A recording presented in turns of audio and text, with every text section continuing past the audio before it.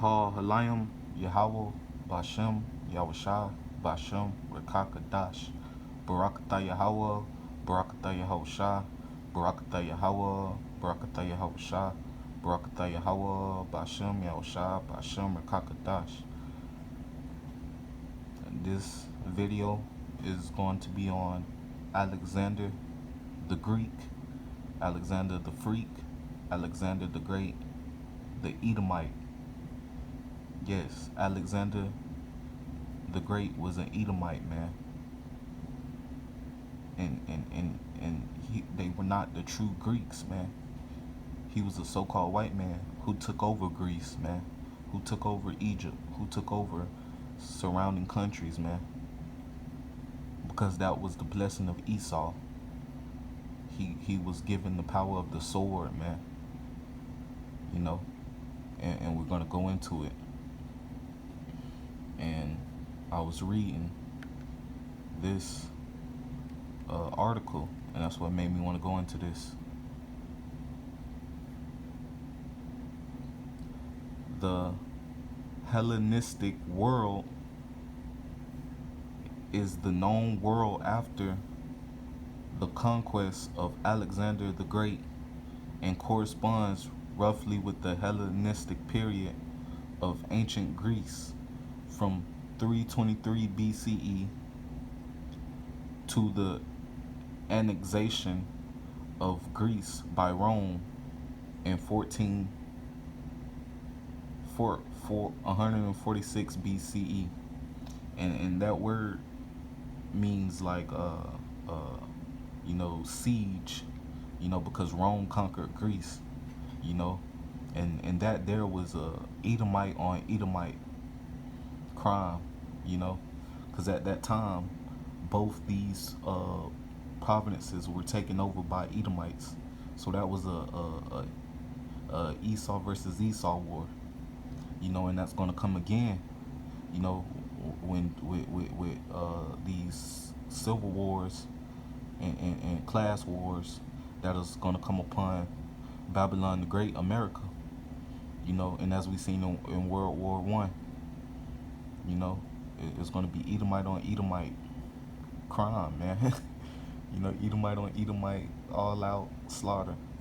These people are wicked and destructive people, and it's in their nature, to war and to pick up the sword, man.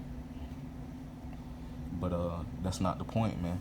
The point is, Alexander, he was an Edomite, man, and see, look, although Rome's rule ended Greek independence and autonomy, it did nothing to significantly change, nor did it any way halt the Hellenization of the world of the day. In fact, it encouraged it, because these were the same people, man. The people at that time that had control over Rome and had control over Greece were both Edomites, man. And this article proves that, man. It didn't stop the Hellenization, man, because that's what's in these Edomites DNA, man. They want to Hellenize the world. They want to, control the world, man. They want to get that birthright back from Jacob, and it's not going to work out in their favor, man, because Yahweh Bashem Yahushua, Yahweh being the Heavenly Father, and Yahushua being who you people ignorantly call Jesus, so-called black man, according to the scriptures, are coming back to redeem the 12 tribes of Israel, man, from their captivity, man, under the wicked, which is Esau, Edom, the so-called white man, and these other heathen nations, man. And so, in this video, I'm going to prove how Alexander the Great was of Edomite descent. And you hear of, if you go back in history, you'll hear about the Hellenized Jews, man, because during this time, when we were in Greek captivity, man, Alexander the Great, descendant Antiochus, man, he made laws to where if our people who were in captivity to them, if they were trying to keep the laws, he would kill them, man. If they would try and circumcise their sons, he would kill them. If they didn't want to eat pork, he would kill them. If they tried to keep the Sabbath, he would kill them, man. That's what this Hellenization period was about. They were Hellenizing the Jews, man, turning us from our power, man. But you had a remnant of our people who remained faithful unto death, man. And that remnant is back on the earth, man. You know, and these things will happen again, man. Because if you read Daniel's chapter 12, verse 1, it speaks of a time of trouble that like there's never been, man. So you know, times a troubling time is gonna come that's gonna not that this Hellenization period can't even rival, man. So during this time period, if they were cutting people's limbs off and burning them alive, boiling them alive, if they were doing that, what do you think is gonna come to Great Babylon, America, man? It's gonna be 10 times worse, man. So that's why we must get, you know, back to our true power, Yahweh Bashem Yahushua. You know, the 12 tribes, which are you so-called blacks, Latinos, and Native Americans, man. Now back to the video on this Alexander the Freak, because he was a homosexual, you know, he was filthy, man, and he openly did it, man. He wasn't ashamed, man. You know, he was a sodomite. He was wicked all around, man, and he had no shame in it. He pushed it on the world. Alexander the Great of Macedon led his army on a series of campaigns which successfully conquered the then known world from Macedon. So that shows you, man, they conquered Macedon. They conquered Greece, and they took it from the sons of Japhet, man. You know, you so-called Samoans, Polynesians. Oh my God, that's who was originally in Greece. Alexander the Great of Macedon led his army on a series of campaigns which successfully conquered the then known world from Macedon, through Greece, down to Egypt, across Persia, to India. So he conquered all those countries and kicked the people who were originally in there. He moved them and pushed them out, man. And that's how these Edomites got control of Europe. They got control of different parts of the world. They got control of Egypt, which was Mizraim. You know, because of, like, when I was in school, man, you look in the textbooks, man, they'll try and say that the pharaohs were white, man. No, man, they were the Hamites, the so-called African, man. You know, those were your Egyptians, man. They were dark-skinned people, man. But Alexander the Great, Alexander the Great, because he was not a true Greek, man. They took over Greek from Japhet. But Alexander the Great took over Greece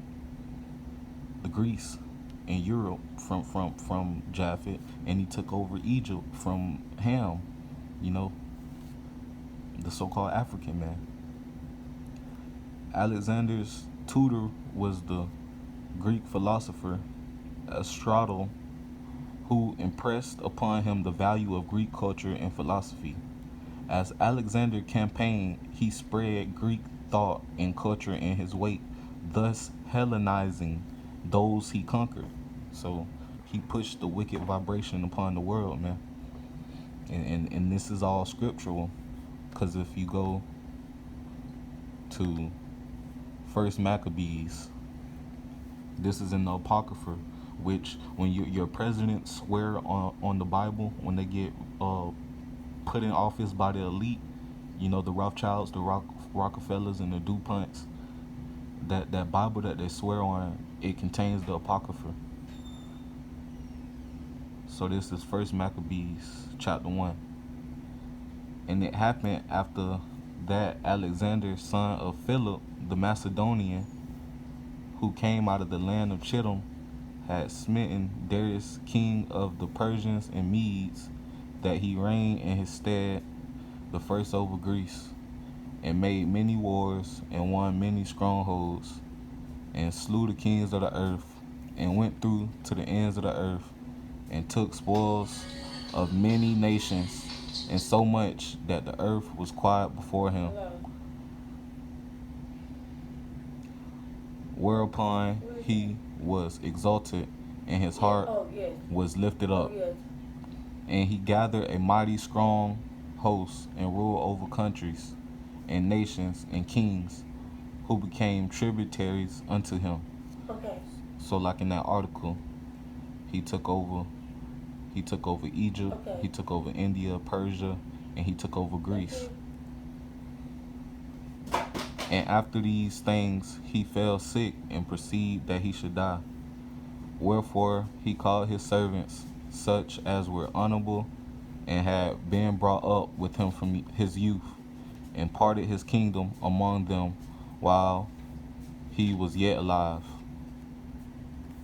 So Alexander reigned 12 years and then died, and his servants bare rule every one in his place. And after his death they all put crowns upon themselves. So did their sons after them many years, and evils were multiplied in the earth. And like I said in the article, he spread Greek thought and culture in his wake, thus Hellenizing those he conquered.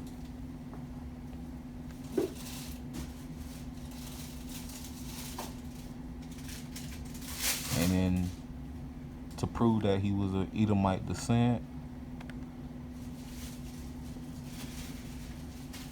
it says he was of Macedon. His father was Philip. Alexander the Great was the son of Philip the Macedonian. And you can go back and trace who the Macedonians are.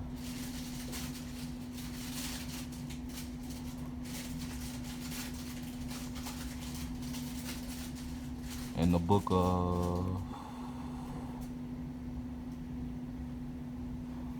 of Esther, it's a character named Haman.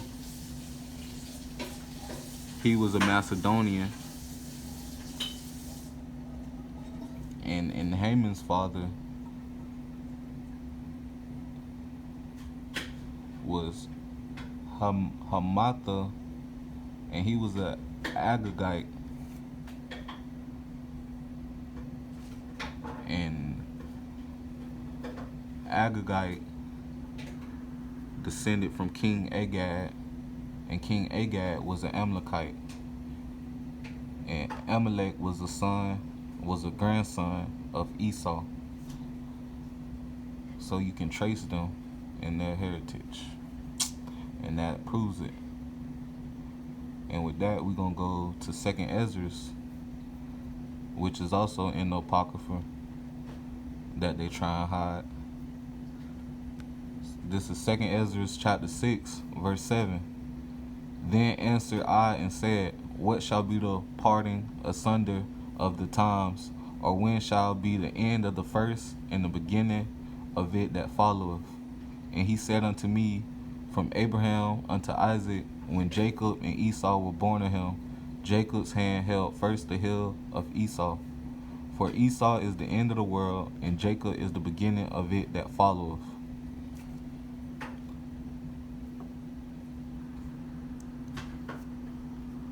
Romans 9 and 13, that furthermore proves who Esau is, and what's the whole point of the Bible and what it's talking about. Esau is that wicked, and as it says in the book of Job, the earth was given into the hand of the wicked. So the wicked will be ruling in the end of the world. And it also says in the New Testament that there will be a falling away first, speaking of Jacob, Israel, falling away from their heritage. And then the verse goes on to say it will be a falling away first, and then that the wicked, the son of perdition, will be revealed. And then we're in that time where the wicked is being revealed, because we already had that falling away, but we're coming back to our heritage. But now is the time where Lord is going to reveal who the wicked is. Romans 9 and 13. As it is written, Jacob have I loved, but Esau have I hated. So the scriptures tell you, this, the scriptures is basically a history book, and it explains who is who and why they do what they do.